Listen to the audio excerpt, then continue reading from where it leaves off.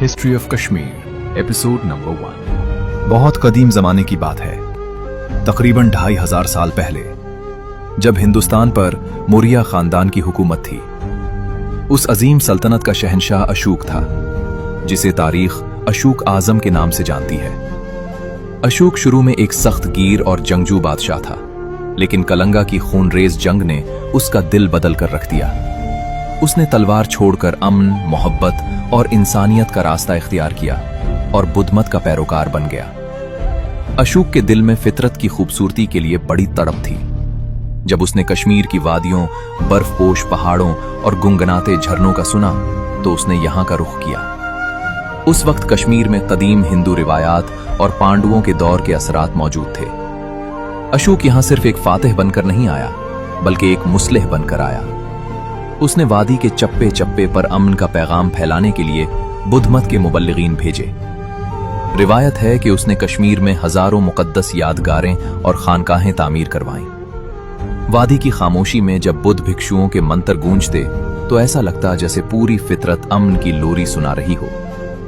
कहा जाता है कि अशोक को दरियाए जेहलम के किनारे एक जगह बहुत पसंद आई। ये जगह पहाड़ों के बीचों बीच एक महफूज पनाहगाह की तरह थी। यहीं पर अशोक ने एक नए शहर की बुनियाद रखी, जिसे श्रीनगर कहा गया। सिरी, इसका मतलब है दौलत की देवी या खूबसूरती। नगर यानी शहर।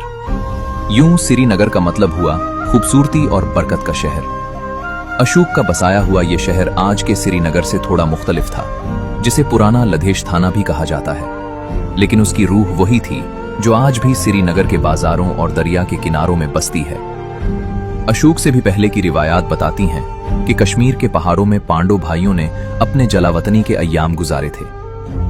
आज भी कश्मीर में मौजूद कई कदीम मंदिरों के ढांचों के बारे में लोग कहानियां कहते हैं कि उनकी बुनियादें पांडवों ने रखी थीं।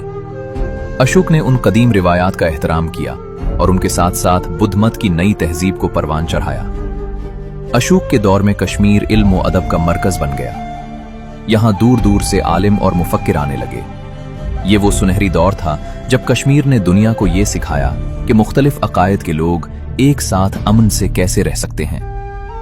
आज जब हम श्रीनगर की डल झील को देखते हैं या उसके कदीम महलों से गुजरते हैं, तो हमें उस अजीम बादशाह की याद आती है जिसने 2500 साल पहले उस खूबसूरत वादी को एक मुकद्दस शहर का तोहफा दिया था।